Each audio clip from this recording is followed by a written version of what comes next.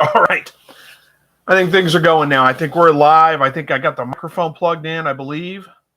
I believe the microphone's plugged in. Hopefully it's making noise.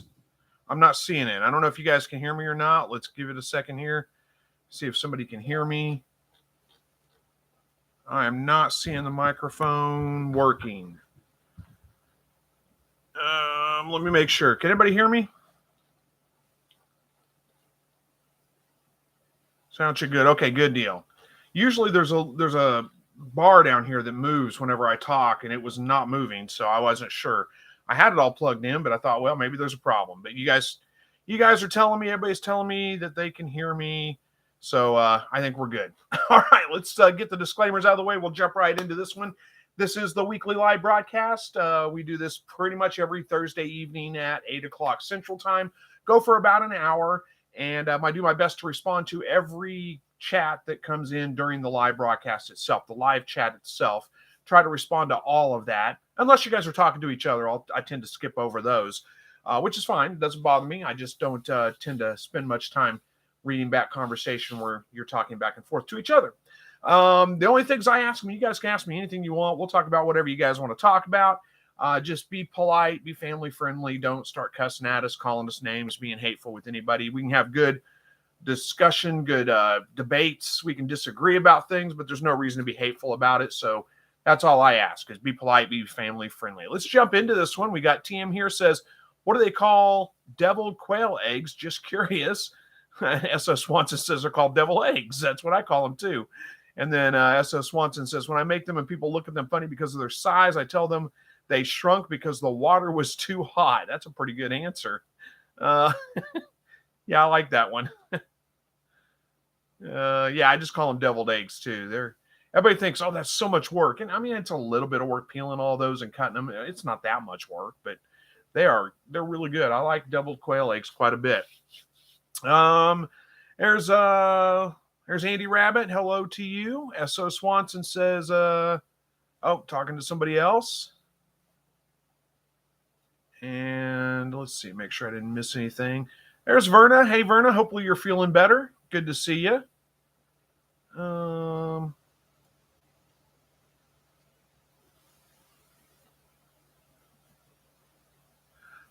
Rabbit Homesteading says, oh, cool. I might get to see this timing wise. I'm not sure what we're talking about there.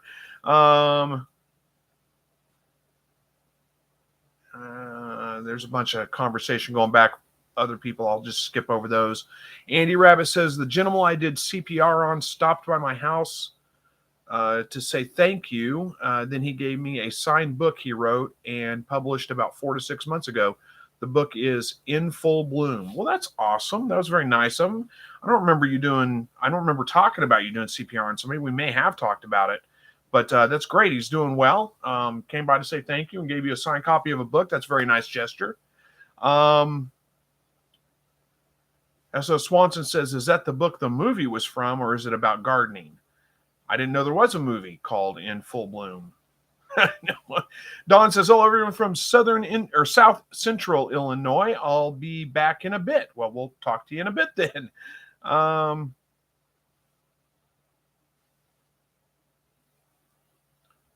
Let's see. Verna says,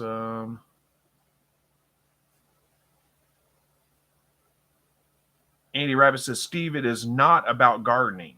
The book's from 2023, has a picture of a boy and a black dog on the cover. I don't know what that means exactly. Let's look it up real quick. Is it a book that's dang it.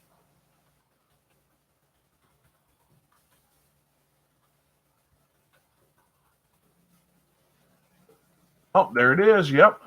It's a $14.99 book. It's available on Amazon. It's got 5 stars. It got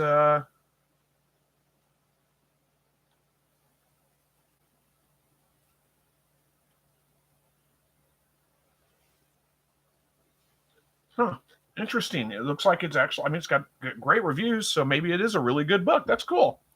Let's see.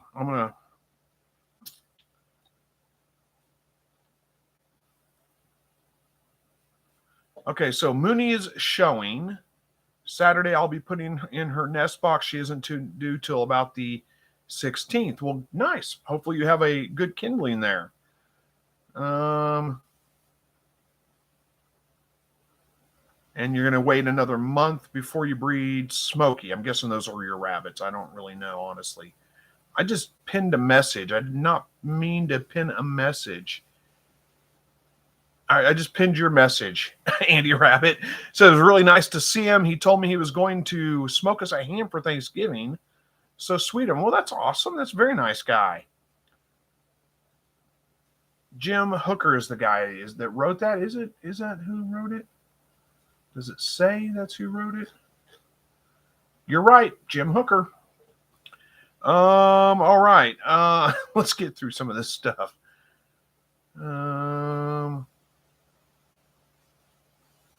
Verna says she has a couple hundred eggs that you have to freeze in the freeze dryer. Nice. Andy Rabbit says, hello, by the time Chris gets here tonight, we'll have an hour's worth of chats already. Yeah, I was thinking the same thing. I'm like moving through them pretty quick, trying to get to the more relevant stuff where, once I got on, you guys are talking to me because I don't want to miss out on all that stuff either. But TM says, I like turkey for Thanksgiving and dressing, so stuffing. Yeah, I like turkey too. I'm big on, I cook a pretty good turkey, but I only do it like once, twice a year. Makes my mouth water thinking about it, but I do a pretty good job with turkey.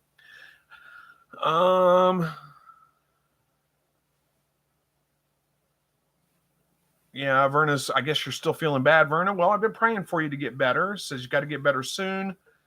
You're way behind on work. It isn't even funny. Yeah, that's tough being sick for sure. So hang in there. I'm hoping you get better. We're praying for you.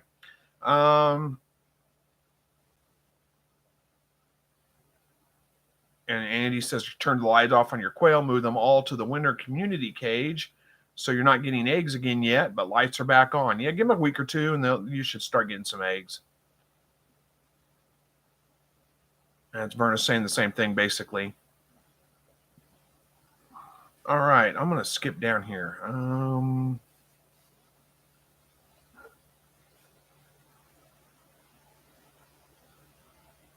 Oh, S.O. Swanson says, don't forget you're 15% off at Tractor Supply if you're a veteran. I didn't know that. I'm not a veteran, so I can't really take advantage of it, but I didn't know that. Nice to know for those of you that are.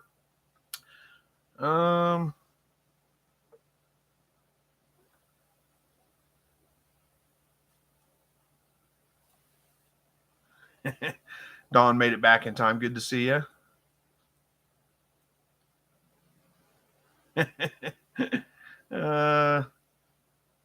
All right, now we're getting there. Everybody says they can hear me. Now I'm getting down there. Sorry, this was a lot of conversation going on before I even got here and had to get through all that. There's Feathered Connections. Good to see you. Diane Tuttle, good to see you too. Thanks for joining. Buster, good to see you. So and Tara says hello to everyone from Gilroy, California. Rebred the bunnies yesterday and the day before because they didn't kindle. Wish them luck. Well, good luck with that. I hope it goes well this time.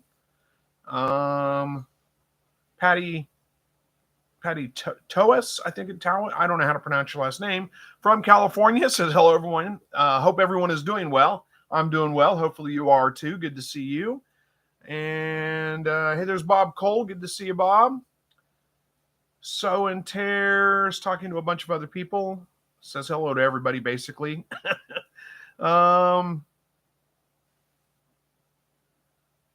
Verna says bronchitis is hard to shake. Yeah, it is a hard one to shake for sure.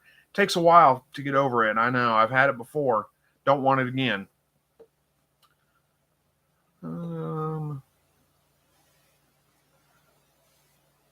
Is that McDonald County? Paula Adams? Is that from McDonald County? Is that what you're saying? McDonald County, Missouri? I know exactly where that is. Not far at all. Honeybee from Oz, huh? Is that Australia?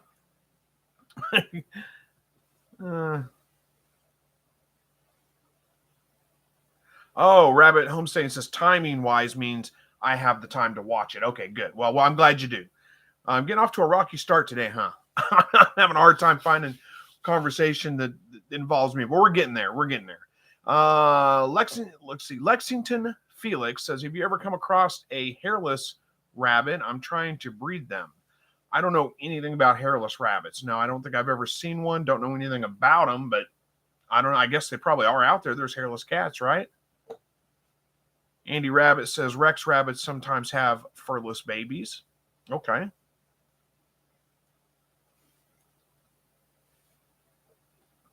Andy says, I've had a few of them, but they haven't lived for me. I can't imagine that they would do well with that. I don't know. Hairless rabbit, yeah, it just seems like it would have a hard time staying warm. Spider Eva says, hello, Chris, and all. Question: for a total of 11 quail, what would be a daily average of lay eggs per day? You can pretty much count on, you said 11 quail. I don't know if that's 11 hens. If that's 11 hens, you can probably count 10 to 11 eggs a day, assuming you've got the light correct. You're not pestering them too much. They're not stressed out. They're not overly old. They're, fairly decent shaped birds. You can expect about an egg a day out of the hens, out of each one of the hens. And I think, yeah, Verna's saying the same thing. Depends on how many of the 11 are hens. Now, as the birds get older, and when I say older, I'm talking, a year and a half or so, they may start to slow down a little bit. You may not get quite 11 eggs a day, not an egg out of necessarily every hen every single day. But you'll still probably get somewhere between 8 to 10 eggs a day.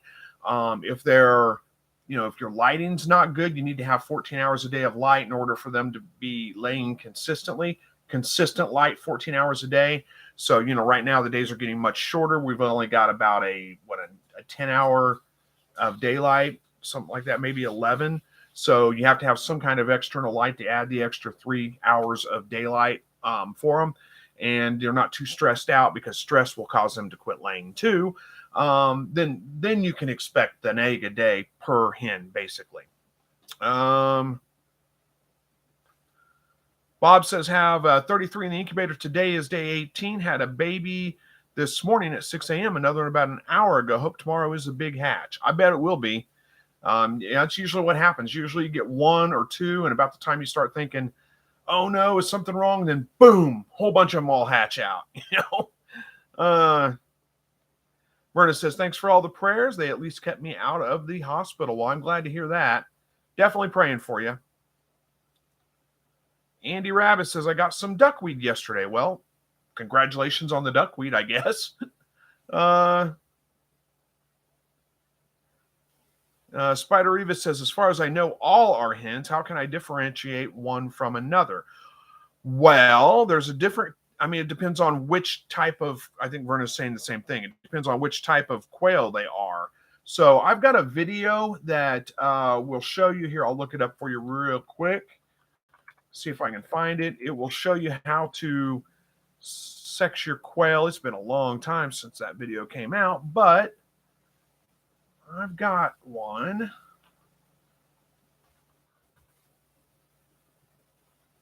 Here it is. Here it is. Let's see if I can share that. Figure out how to share. I think I actually have to click on it. There we go. There's a video link. There you go.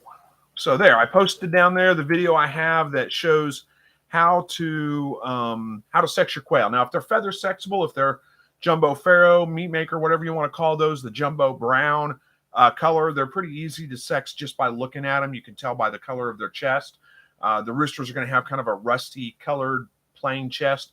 The hens have a speckled chest. They'll have little brown speckles all over it. It's pretty easy to tell the difference between the hens and the roosters with those. If they're not a feather sexable, like they're maybe an English white, or sometimes called a Texas A&M white, or they're a tuxedo or something like that, you have to vent sex them, which is a little bit, it's not terribly difficult. It can be done as long as they're, if you're getting eggs from any of them and you're hearing roosters crow, you can vent sex them. And there's a way to do that. Anyway, I posted the video link for you. You can watch that and see if that helps out a little bit. Now, where was I? I lost track of where I was. There we go. So Lexington Farms, I guess Andy Rabbit will probably see that. Wants to know, Andy Rabbit, if you're willing to sell any of your Rex rabbits. Rabbit Homesteading says, I have velveteen lops because they were, I don't know if still a cool pet. What? I have velveteen lops because they wear IDK if still. Okay, I sold them over 100 and people from other states coming to get them and ones not I ate. So win-win, costly but gain. There we go. Okay, I got it. I followed along now. So you've got velveteen lop rabbits. You bred them, sold some as pets for $100 each, and the ones that people didn't eat come and get, you went ahead and ate. So yeah, win-win. Yeah, I do the same thing. I sell some rabbits because I've got pedigree silver foxes. So I do sell some rabbits, and then the ones that don't sell, I just go ahead and eat. It works out pretty well, pays for some feed. By no means am I getting rich off that, but helps cover the cost. So, and Tara says, I was going to start a batch of quail today, save the eggs and everything, looked at the calendar, and they'd be hatching when I'll be gone for Thanksgiving. So going to wait a few days. Yeah, that's probably a good idea. It's best to wait if you're not going to be there. Just always good to be there. Rabbit Homesteading says, hey, all, I have never heard of hairless rabbits. Kind of cool. I've never heard of them either. But I don't know. I guess it's a thing. Maybe. Practical Junk says, has anyone taken deep litter from winter and grown any vegetables directly in it? I figured I would have to mix some soil. I want to do a garlic bed in both beds. Deep litter from winter and grown any vegetables directly in it. I don't know. I mean, I've never tried it myself, but I don't know if it would be completely broken down at that point. I mean, theoretically, with deep litter, you should be getting compost on the bottom layers. But, if you're talking about the whole thing, with still like unprocessed, stuff that's not broke down, I don't know how well that would work. I think you would have to use some soil, and you could use that as maybe amendments to your soil. But I don't know if that's until it's pretty much completely broke down into compost. I don't know that it would work all that well. If you're planning on growing garlic in it, though, I lost track of where I was at. If you're planning on growing garlic in it, though, you really don't need super nutrient-rich soil for garlic. It does pretty good in just about anything. It's pretty easy to grow. A little bit of compost mixed on top of your soil, and that's about all you need. I mean, they only grow that deep, so you don't need much. They're pretty. It's pretty easy to grow. Maybe somebody else can talk more about that has done it. I have not. Rabbit Homesteading says, rabbit poo I just put straight on. Yep. Well, for sure, rabbit manure. Yeah, you just put straight on your plants. You don't have to compost that down. But I'm talking deep litter. I'm thinking he's probably talking more like quail or chickens. Practical Junk says, I have temporary deep litter beds for my quail tractor for the winter. That might work. I don't know, honestly. Jacob Wolf says, how much feed is required to get a rabbit to 5 pounds live weight? New Zealand's and California's particularly. Would 15 to 17 pounds be a good approximation? Would silver foxes have similar feed conversion? Oh my goodness, you're going to make me. I don't even know the answer to that. I got to look it up because I cannot remember. Let's see. Usually it is about a 3-to-1, 3 pounds of feed to 1 pound live weight gain, but that's going to drastically vary depending on not just, I mean, you can't just say New Zealand and California. They're not all built exactly the same. Some of them grow out a little bit slower. Some of them grow out a little bit faster, but that's probably a pretty good estimation, about 1 pound of feed or about 3 pounds of feed to 1 pound of weight. So if you're talking about to get it to 5 pounds, that's 15 to 17 pounds is probably good. Your silver foxes, my silver foxes grow out a little bit slower than some of the New Zealands I've had in the past.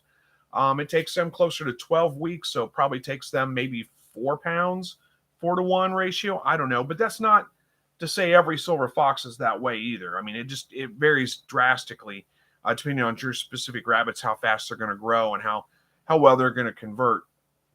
Typically, New Zealand's and Californians, they're pretty good about growing out pretty fast if you've got good purebred breeders that you're using. Now, the babies don't have to be purebred, just the breeders. So you could crossbreed a California with the New Zealand, and you're usually going to get still pretty good grow out rates. Probably 3-to-1 ratio roughly is about what you could expect. So I think your estimation of 15 to 17 pounds is probably pretty good.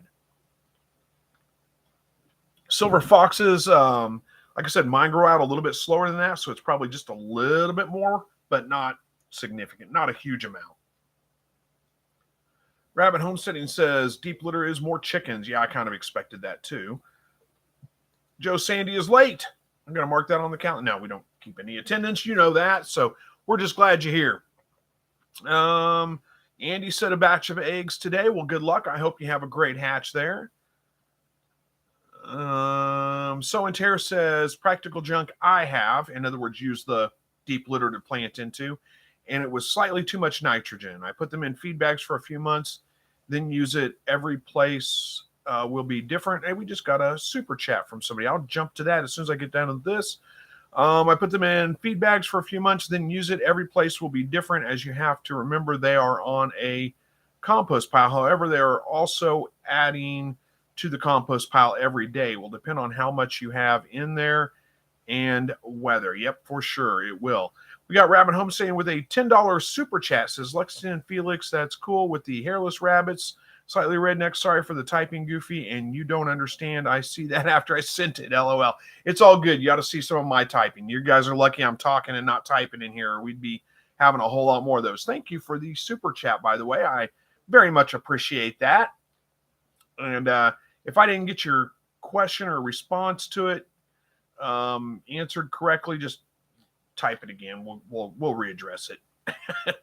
Patty wants to know what duckweed is. Well, it is it's used for animal fodder a lot of the times for like animal feed. It's a very prolific weed. I mean, in a way, a weed. I don't know how to explain. Look it up. I mean, just do a Google search for duckweed. You'll got to get an idea of what it is. Let's see. It's kind of like a I don't know how to. Is there a different?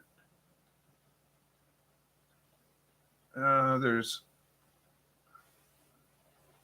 I don't know how to explain it. You're going to have to probably just look that one up, but maybe somebody else can give you a better answer. But it's usually, I mean, it's often used as animal feed. It's very prolific. I mean, it's almost to the point of being invasive. So you want to be careful if you plant it somewhere, like do it in a container or something. Rose and Valley says, are you ready for rifle season? I am not sure if you deer hunt, but am pretty sure I heard you mention it a time or two. I do deer hunt, actually. I've been out a couple of times because right now it's bow season. I have been out a couple of times, seen some deer, have not had a chance to get a shot off at one that was, well, other than, I mean, I've had a chance. I could have shot a couple of deer, but they were young bucks, not very, I mean, antlers about that tall. I mean, they're young. So I didn't want to shoot those. I was willing to shoot a doe. I did have a doe come out one evening I was hunting.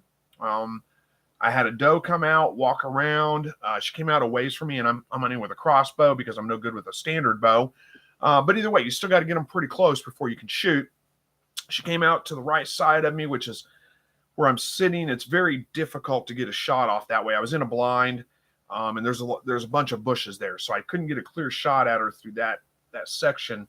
She walked all the way around me and came back up the other side. But by the time she got to the other side of me and got up close enough to where I could shoot, it was getting dark enough. It was just on the verge of still being legal light, and I didn't feel like I could get a good. I didn't feel real confident with being able to get a good ethical shot off, so I didn't take it. So I haven't got a deer yet, but yeah, we got rifle season coming up. Not this coming weekend, next weekend, I believe. So that opens up the range quite a bit more. The deer should be moving. I'll probably try to get out at least once this weekend with the crossbow. See if I'm going to try to get 2 deer this year. At least, like I said, I'll take a doe. I just want to get meat in the freezer and then maybe go back and hunt for a bigger, for a nice big buck later on.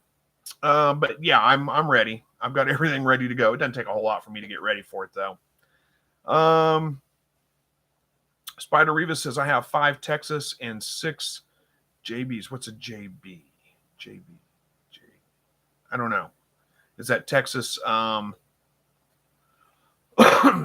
Texas A&M? Is that what you're talking about? I'm kind of lost. I'm sorry. Forgot what we were talking about. I think we were talking about how to sex your quail.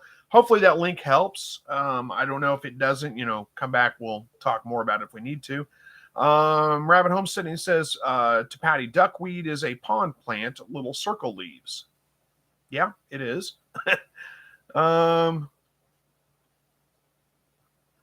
So and Tara says to practical junk, rabbit manure you can use directly. Quail chicken needs a little bit more time typically. Yeah, quail and chicken, most manures, honestly. Rabbit is one of the few that's considered a cold manure. You can put it directly on your plants. Alpaca, goat, there's a couple others, but not very many. Most other manures need to be composted because they're very high in nitrogen. So what happens when you add those to your planting is it will basically burn your plants. They consider them hot. Your plants will look like they've been burned. They don't do well. Too high in nitrogen levels is going to lead. I mean, aside from burning your plants, if it's much higher, pretty high but not high enough to burn your plants, it just leads to a lot of leafy growth, and you don't get necessarily the fruits, the flowers, and all those kinds of things from it. A lot of leafy growth instead. So you need to have a balance there. And quail manure, chicken manure, any kind of poultry manure, cow manure, any of that stuff needs to be composted down, give a chance for that nitrogen to break down a little bit. Mix it with some carbon material like wood chips or dead leaves or something like that.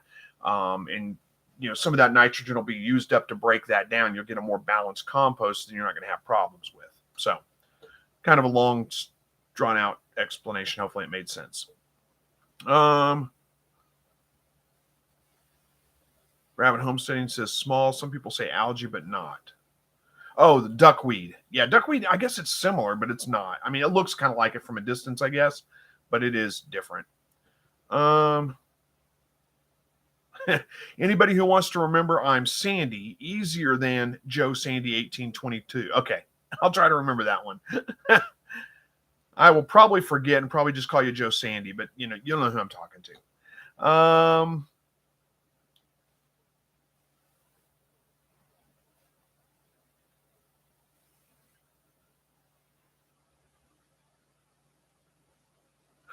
So Lexington Farm says, yeah, there are hairless lion heads, super cute too, a big poofy tail and hairy feet and nose. That doesn't sound, I mean, I don't know. I'm not a big fan of the hairless cats either. So I don't know. Interesting, I guess, but different. Spartman says, finally popping in to say hi from South Dakota. Well, glad you made it. Thank you. Spartman says, had you on, but was messing with an old laptop. Well, that's all good. I don't mind. It's all fine. Whatever you need to take care of. Jacob Wolf. I don't know. I guess that's a response to somebody else. It says just a complete 16% pellet. I don't know what that means. So Tara says, I would up the protein if growing them for meat if you can. The rabbits. Oh, okay. Yeah. I've tried different protein levels, and I was of the same opinion for a very long time. I tried to get higher protein, like a 19% pellet, but I didn't find it really made that much of a difference. You might get a slightly faster grow out rate, but honestly, like I said, I didn't find it made that much of a difference at all. It wasn't like weeks of a difference, maybe a couple of days. I don't know. I couldn't tell a difference. So I don't know that it makes that big of an impact, but if you can get the higher protein, why not? If it's not terribly more expensive, yeah, it will help with growth a little bit for sure. I'm just not sure how much. Blessed with Pets asks if I feed hay. This kind of leads into it too. If you want the absolute fastest growth from your rabbits, like you want to get the baby rabbits up to butcher weight as fast as possible, feed them nothing but pellets. That's it. Nothing but pellets, high protein pellet. That's going to be your best bet. But if you're not worried about it, then, feed them a 15%, 16% pellet. That's going to be fine. They're going to do fine on it. They're not malnourished. They may grow just slightly slower. But if you start mixing other things in with it, like lots of hay or grass clippings or any of those kinds of things, you are going to have a slower grow out from them. Blessed with Pets says, do you feed hay? I do sometimes. To my adult rabbits, but honestly, I don't really feed much hay anymore. I used to feed more, and I used to really kind of think that hay was a necessary thing, the long fiber in it, but it's really not that necessary. They can do without hay. They can eat hay. They tend to enjoy it. They tend to like it, so I throw some in there for them. Fairly decent amount of, I mean, not always. Maybe, a little bit more in the wintertime than I do in the summertime for some reason. But yeah, not all the time. Spartman says, has anybody fed their rabbit food from Costco? Seems they sell it. I've never, we don't have a Costco, so no, I haven't.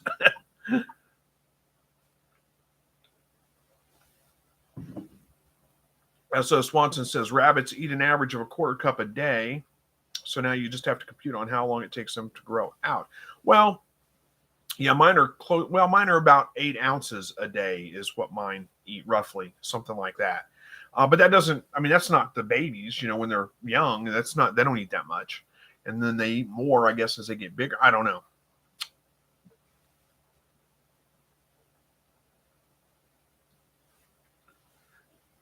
Chester Hickman says, is Martindale feed any good? It's 18%. I don't know anything about Martindale. Let me see. Martindale rabbit feed. I'm sure it's fine. It's a feed mill.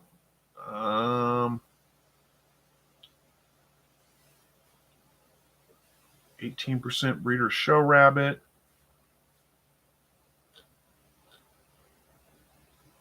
Oh, it's in Texas. Martindale feed.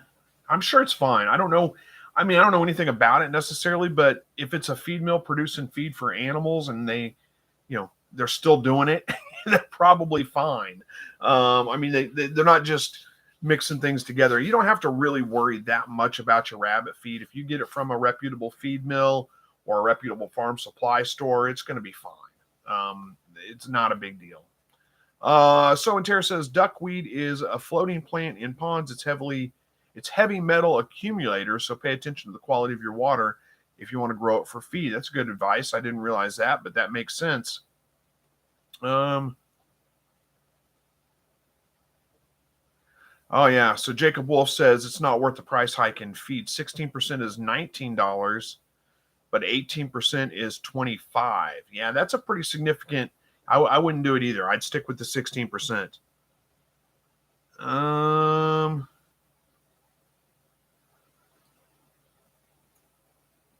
Andy Rabbit says about the duckweed, it will be using either rainwater or city water for the duckweed. Oh my goodness, I just scrolled. Spy Riva says, can I utilize horse bedding for the quail for compost? I'm not sure what for the quail poop for compost. I don't know what wait, you want to use that as your carbon source for the quail manure to help break it down and to make compost. I think that's what you're asking me. If you do, then yeah, probably. It's hard. I mean, it depends on how much of that is made up of horse manure and how much of it is made up of like straw and stuff like that. You'd want to mix them probably just a little heavier on the horse bedding, by volume, a little bit more than the quail manure. Usually with carbon, nitrogen, you go about half and half by volume. So like 1 5-gallon bucket of quail manure or 1 5-gallon bucket of your carbon stuff. You probably want to go a little bit, like maybe 1.5 buckets of the carbon, because it's got horse manure in it, which is going to be somewhat more nitrogen than carbon, if that makes sense. Verna says, very tiny leaf plant that grows in water, good for all your animals if it isn't heavy metal water. Yep. Andy Rabbit says the koi like eating duckweed. I imagine lots of animals do.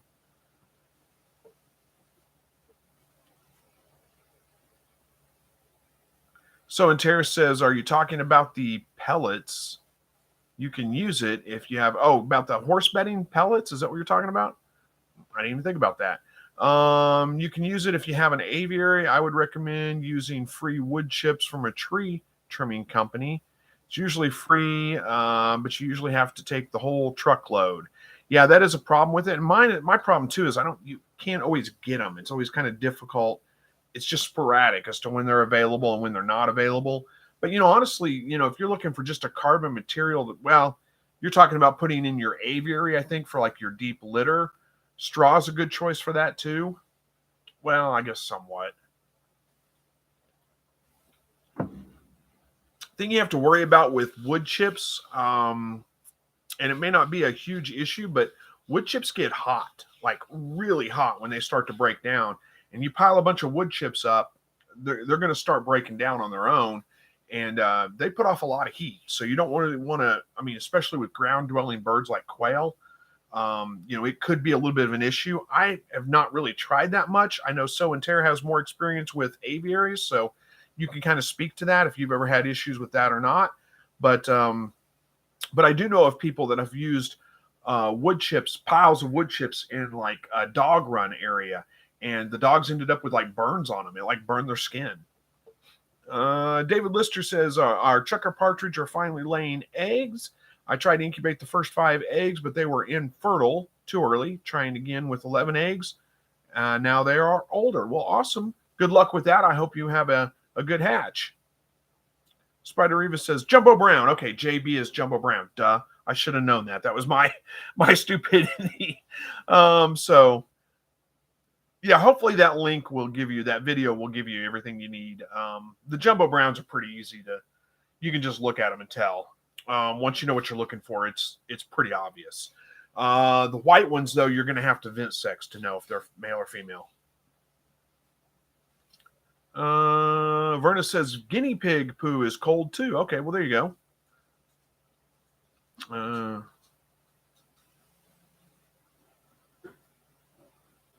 Practical Junk says, thank you, everyone, for the answers and info. Well, you are welcome. I'm not sure how much I helped out, but I'm saying it on behalf of everybody that did help you.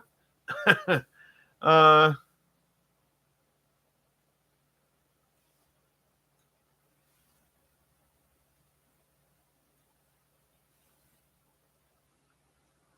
see, I got a bunch of people talking to each other. Sandy says, my first day getting 6 eggs from 6 hens. Woohoo. Well, that is exciting, isn't it? Well, congratulations on that. I'm glad to hear that things are going well.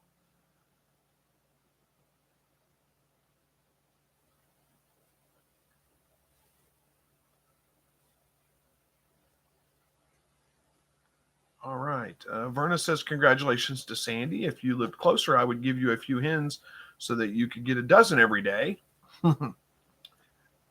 Gary says, just getting into quail. I've had 2 hatches of mailed eggs and got less than 50% from each.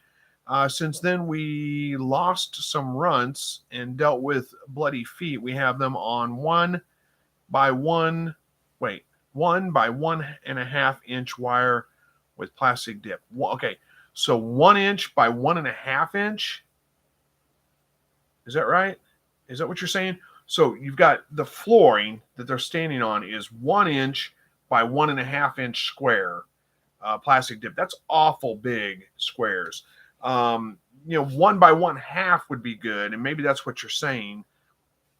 And it's plastic dip, so I would imagine you'd have too many feet problems if it was 1 by 1/2 inch. As far as your hatch rate goes, check your incubator temperature. Make sure it's in a stable environment. That's usually the issue with low hatch rates. 50% is not terrible with shipped eggs. That's actually not bad at all. But check your incubator temperature. Get a couple of calibrated thermometers. Put them in your incubator and make sure they read the same as what your incubator says. And make sure it's not sitting like on a heating vent or an air conditioning vent or in front of a window where the shades are open and the sun's going across and heating it up during the day. Those will all impact your in front of a window that's open where it gets cold at night and the draft coming through, that kind of thing. Try to get a fairly stable environment that will not, you won't have any issues with big fluctuations in temperature and stuff. Dog came in to say hi and changed his mind. So anyway, hopefully that helps a little bit. I'm not sure if 1.5 by 1, he says 1 by 1.5. I'm not sure if that's right. I think that may be a typo because that's awful big. Andy Rabbit says, Dawn, it stays alive during the winter. Talking about duckweed, stays alive during the winter. Katrina the koi do good all winter. They stop eating till spring mostly. The pond is about knee deep to me, so fairly deep. We don't get super cold winters usually, and it doesn't stay cold long enough to like freeze that, all the way to the bottom. So that's probably helpful. Sandy, okay.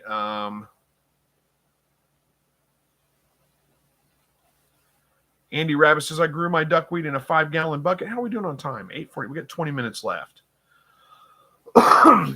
Andy Rabbit says she grew it in a 5-gallon bucket for about 3 to 4 years till I forgot to add water one summer. Yeah, that would do it, wouldn't it?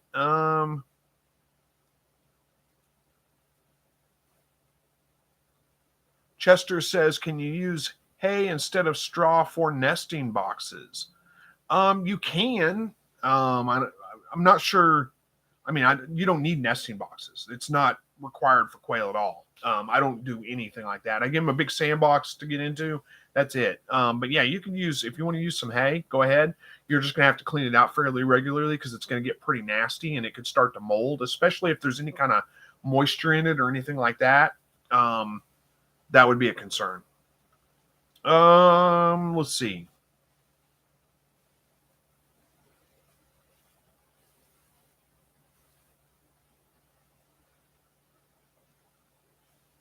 Trying to get now. We got a lot of people talking to each other, which, like I said, is all good with me. I'll move on through those. Sandy says, will cold rain hurt the quail? They have a covered area in the coop to go in, but they chose to stay out in the rain. Duh. They should be fine. They, give them an option to get out of the rain like you have. If they want them to get out of the rain, they'll get out of the rain. Otherwise, if they get a little bit wet, they should be fine. It shouldn't really bother them too much. Then again, I say that, but they can. They will get out of the rain if they really need to. Rabbit Homesteading says, I work at a feed mill and they're heavily inspected for feed quality and it's for pigs that would eat anything, LOL. Yeah. Well, I mean, it's good to know that they do heavily inspect them for food quality. You want to make sure that they're quality, the feed you're getting is quality feed. S.O. Swanson says they can easily withstand temperatures down to 20 degrees below zero. Yeah, my quail have done fine. We've gotten some pretty cold. I haven't gotten to 20 degrees below zero with them, but I've gotten down below zero, and they're fine. It doesn't bother them at all. Sandy says, we'll do Vern. Okay, talking to Vern, I'll let you do that.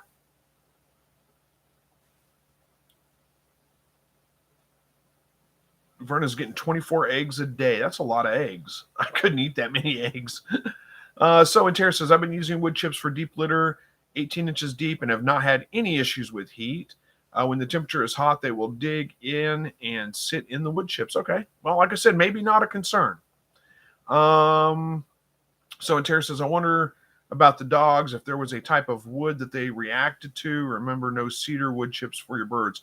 No, and you know what? Now that I think about it, that's a good point too, because what dogs do that quail don't do is urinate, and there's a lot of water, and that would add to it, breaking them down a little bit more and heating up.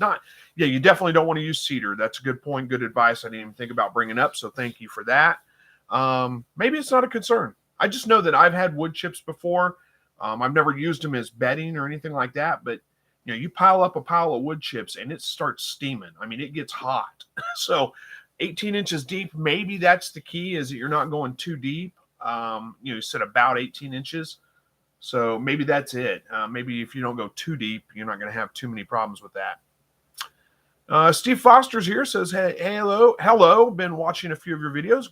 Great ideas. Well, I don't know if you're talking to me or not, but thank you very much. I appreciate that. I assume you're talking to me, but I know So and Tara's here. So you may be talking to So and Tara about watching her videos, or Verna's for that matter. I don't know for sure, but either way, thank you very much. Any of them that you're watching, I'm glad you're enjoying them.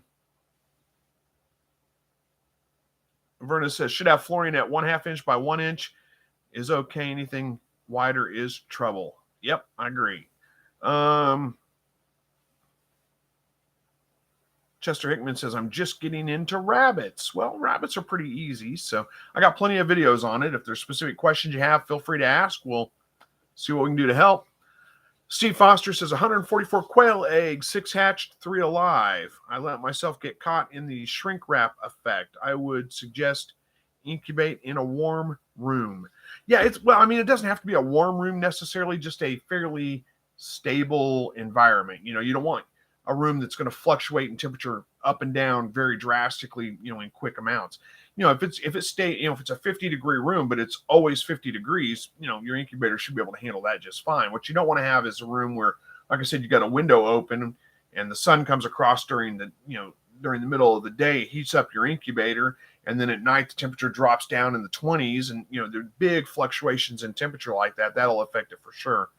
But yeah, caught up in the shrink wrap effect. Yeah, I'm sorry to hear that. And if you're having issues with, it sounds like what they might be. Well, no, sounds okay. Only 6 eggs hatched out of 144 eggs you set. 3 of those died because of the shrink wrap effect, is my guess.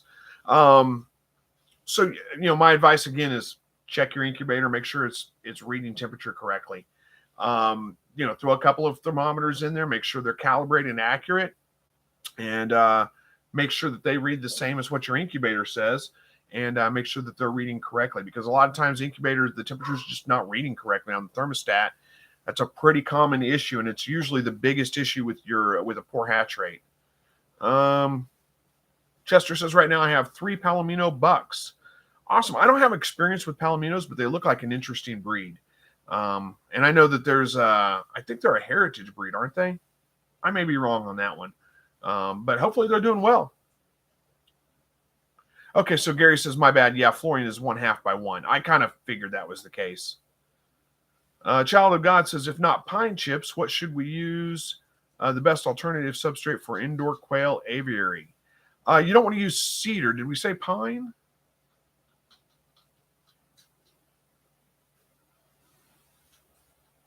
Yeah. I guess, I think pine's okay. I don't see any problem with pine, but cedar, you don't want to use cedar.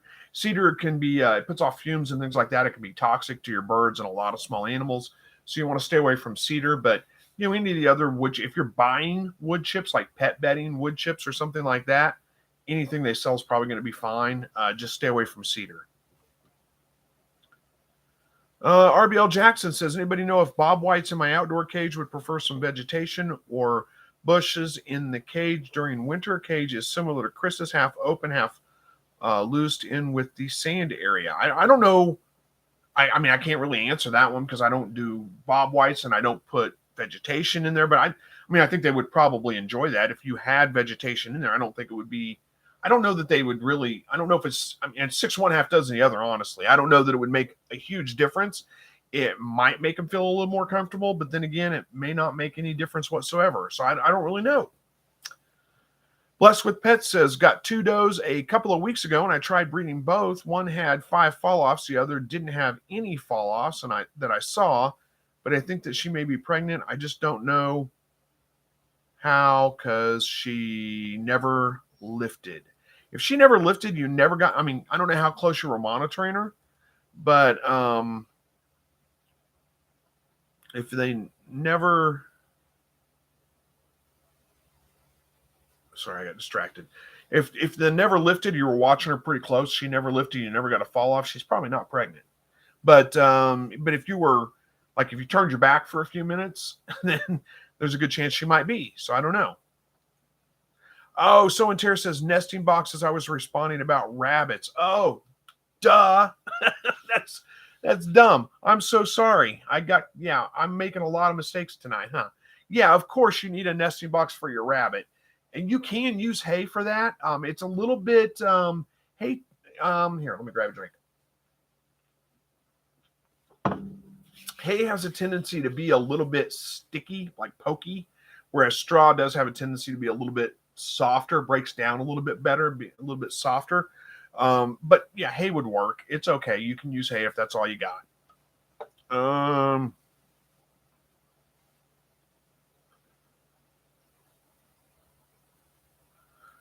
Let's see. Sandy says, Chris, I binge watched your entire personal playlist. Prayers for your wife. How is she doing now? Well, thank you so much. I appreciate that. She's actually doing very well.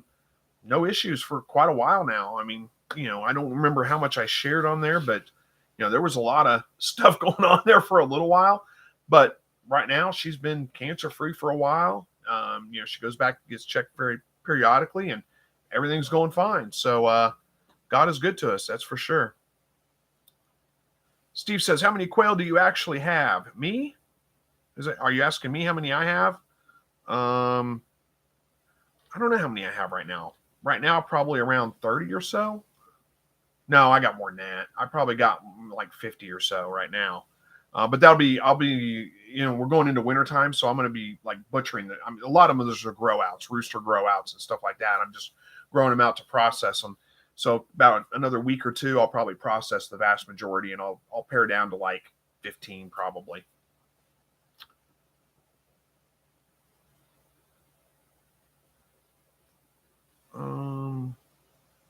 And there's a $5 super chat. Says, I have to go. Hope you take care and get a good deer, and hope all listeners keep well. Well, thank you very much.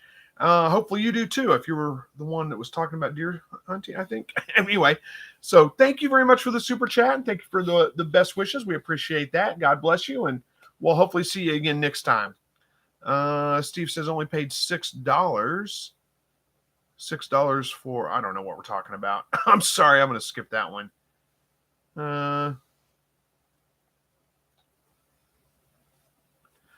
Verna's checking out, going to go rest. Verna, you take care of yourself. Continue to pray for your quick healing.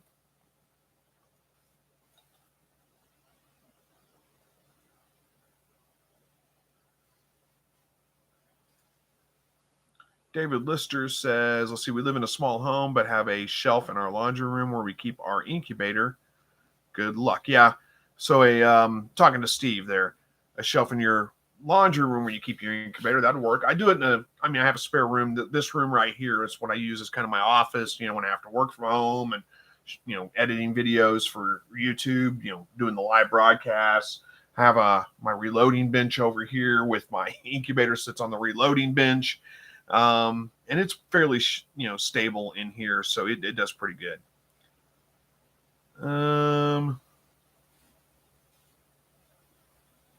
So and Tara says, for issues with shrink wrap, maybe run the shower to get the bathroom steamy and then open the incubator in there.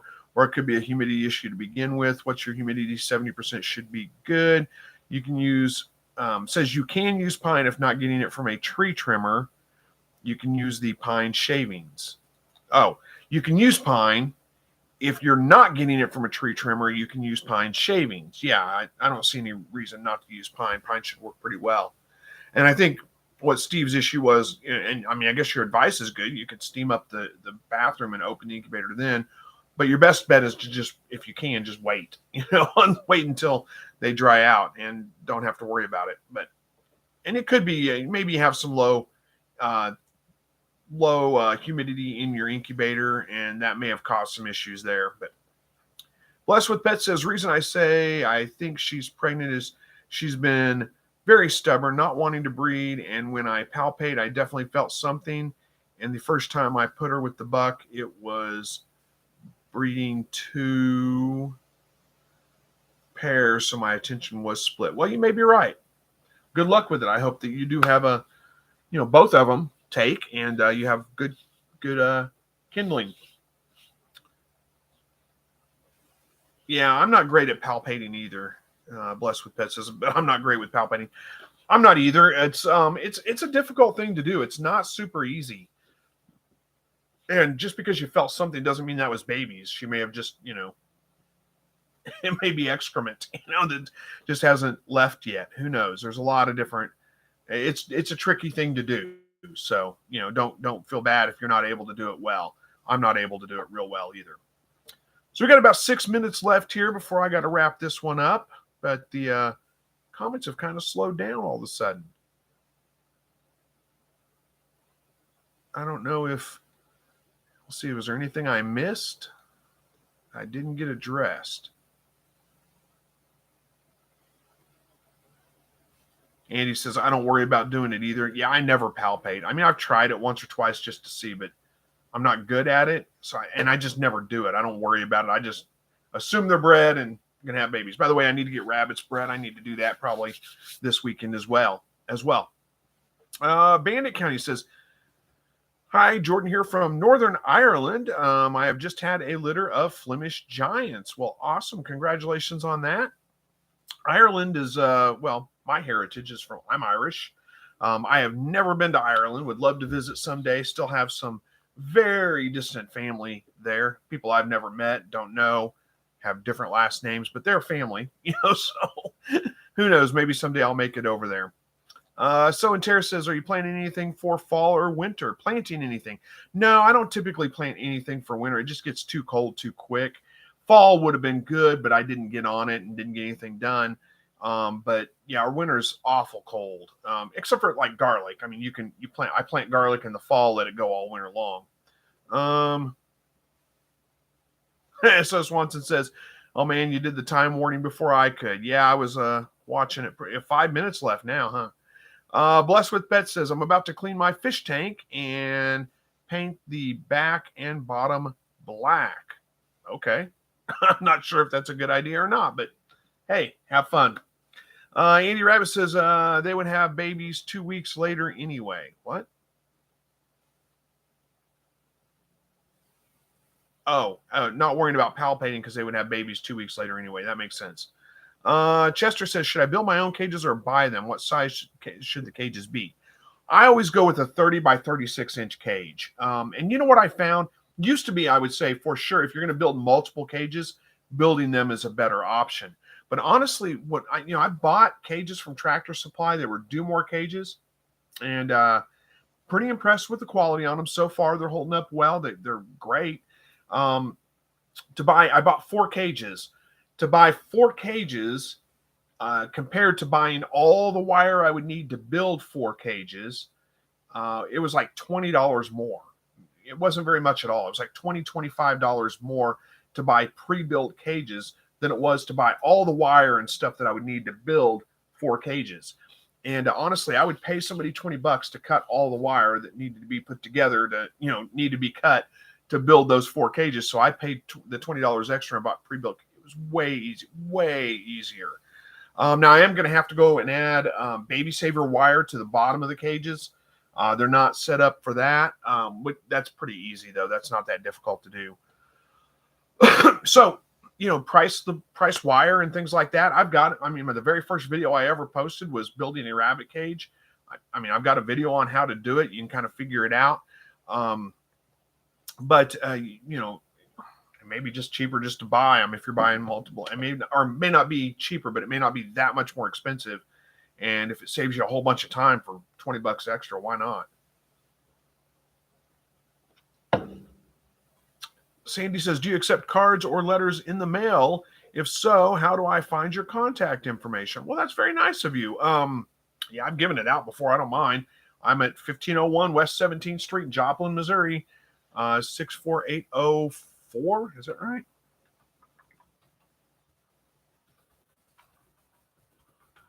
I used to be kind of secretive about that. I don't really care too much anymore. Yeah, 64804 is the zip code there. And I know I said that pretty fast, but you can watch the video later and scroll back and get it if you want to. That's where I live. You guys can look it up on, whatever, Google Maps, see what my house looks like, see where it's located, see that I am in town. I'm not, like out in the middle of nowhere or anything. And if anybody wants to show up at my house, like unannounced or something like nefarious intention, it's probably not a good idea. Let's just put it that way. So other than that, Unemployable says, do you actually use your spare bedroom to grow food for your family? Not often. Sometimes I do grow mostly just like salad greens and things like that. Not huge amounts of food in here.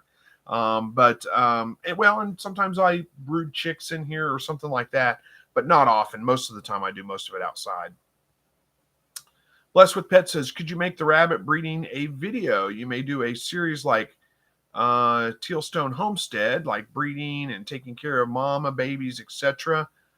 Yeah, I've done it before. I could do it again. Why not? Honestly, I don't nerd out on that stuff like I used to. I think it's only natural. People, when you first get into rabbits, you kind of nerd out on it, if that makes sense, or anything for that matter. It's not just rabbits. Anything you first get into, you kind of nerd out in it. There's going to be, here, I'm going to skip. Look at that. It gave me an option to skip an ad. It said it was going to run an ad for some viewers and it gave me an option to skip it. I skipped it for you guys. I don't know if that worked or not. Anyway, what I was going to say is there's not a whole lot to, I breed them. I put a nest box in when it's time. And check the babies when they're born, make sure they're okay. That's about it. It's not really a whole lot more to it than that, but I'll do videos on it. We'll talk about it. I don't really, I don't fuss over it too much, if that makes sense. Big East Farm says, thinking about processing all of my quail off this winter. I don't know if I'll raise them anymore. Always have trouble with fighting and killing each other. Oh, that's terrible. It may be a good idea to go ahead and if you are going to do that, to replace them with, new breeders next year, maybe a new bloodline or something like that, and see if that helps. Sometimes I think that stuff can be hereditary. I don't have hardly any issues with that. No, hardly any issues with aggression. I've had it in the past, but very seldom anymore. All right, I think it's time to wrap this one up. Sandy says, no bad intentions here. Just wanted to say thank you and also offer some encouragement to your wife. Oh, well, thank you very much. I appreciate that. I didn't mean that like when I said the bad intentions. I didn't mean that like you. I just meant I'm putting my personal address out there. The whole world can see it, they can know where it is. So I'm just telling anybody that, I get some hate comments. People think I'm the devil because I keep rabbits in cages or because I eat them or, all those things. So if one of those persons sees my video and thinks they're going to come to my house and, you know where I'm going with that. It's probably a bad idea to do that. All right. All right, guys, we're going to wrap it up. I got to quit looking at comments. All right. Thank you guys so much for joining me tonight. Always good to talk to you and hang out with you for a little while. We will see you guys hopefully again next Thursday. Don't see any reason why we won't. And always, God bless. We'll see you guys. Take care.